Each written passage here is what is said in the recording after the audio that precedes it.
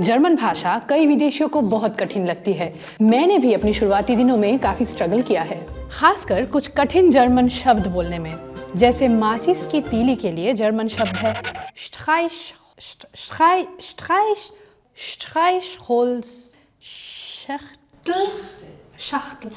Streichholzschachtel।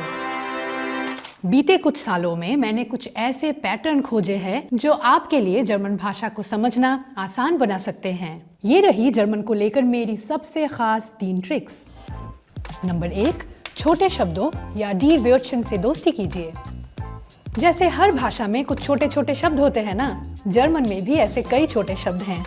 जैसे कि डॉख। डॉख के कई मतलब है। इसे अलग अलग तरह से अलग अलग जगह पे कैसे इस्तेमाल करना है, ये जानना काम की बात है। मसलन ऐसे: Das Wetter ist doch schöner geworden, als ich gedacht habe. Du kommst doch nicht? Doch, ich komme. Du hast doch gesagt, dass du kommst. Er ging über die Straße, um sein Geschenk zu kaufen, doch dabei fiel ihm ein, dass er eigentlich noch zu seiner Mutter muss. डॉख का कोई एक translation नहीं होता है, क्योंकि इसे अलग अलग तरह से इस्तेमाल करते हैं। सबसे सटीक मैं ये बता सकती हूँ कि कभी ये समर्थन होता है और कभी विरोध। Nein, doch, nein, doch, nein, doch।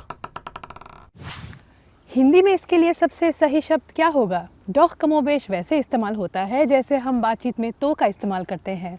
मज़े की बात यह है कि बांग्ला, हिंदी या अन्य ऐसी भाषाओं की इंडो यूरोपियन परिवार से आती है। जर्मन भी इससे जुड़ी हुई है। ओडा। मैंने सीखा है कि ओडा ज़्यादातर अंग्रेज़ी के और की तरह इस्तेमाल होता है, लेकिन बोलचाल की भाषा में जर्मन इसे ऐसे इस्तेमाल करते हैं जैसे हम हिंदी में है ना कहते हैं। Es ist echt schön, oder?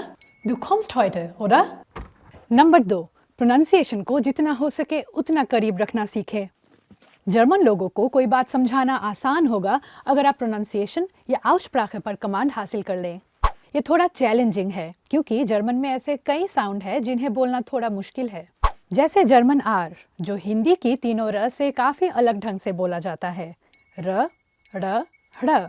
इसकी तुलना में जर्मन आर गुर्राने की आवाज़ के करीब है, ग के करीब है, जैसे गम, गज़ल या गालिब। और जर्मन में रोज़, राखे, रेस्ट उर्लाub। और जब भी मैं किसी बस या ट्राम में होती हूँ, मैं अपने दिमाग में सारे स्टॉप के नाम दोहराती रहती हूँ और अनाउंसर की नकल करने की कोशिश करती हूँ। ये अलग अलग अक्षरों का प्रोनाउंसिएशन सीखने के लिए बहुत ही काम की चीज़ है। Nächste Haltestelle,Ürziger Straße. बस जोर जोर से बोलकर प्रैक्टिस ना करें। Nächste Haltestelle, Rheinauer Hauptzugang. Rheinauer Hauptzugang. Number 3, German grammar वाले जेंडर को बहुत गंभीरता से मत लीजिए। जर्मन में हर संज्ञा का एक जेंडर होता है। इससे उसके पहले लगने वाला आर्टिकल तय होता है। डेयर मैस्कुलिन नाउन के लिए है, डी फेमिनिन के लिए और डस न्यूट्रल है। शुरुआत में मैंने कोशिश की सब कुछ सीखने की और फिर मुझे समझ आया कि गलत आर्टिकल इस्तेमाल करने के लिए कोई मुझे जज नहीं कर रहा। असल में ये मायने रखता है कि मुझे सही संज्ञा पता है या नहीं। तो अब मेरी जर्मन कितनी अच्छी है? मैं बोलूँगी कि मैं अब आल्टाग्स डॉइच या रोज़मर्रा में बोली जाने वाली जर्मन धारा प्रवाह बोल लेती हूँ और रोज़ नई चीज़ें सीख रही हूँ। भाषा सीखने को लेकर क्या आपके पास भी कोई ट्रिक्स हैं? बताइए कमेंट्स में।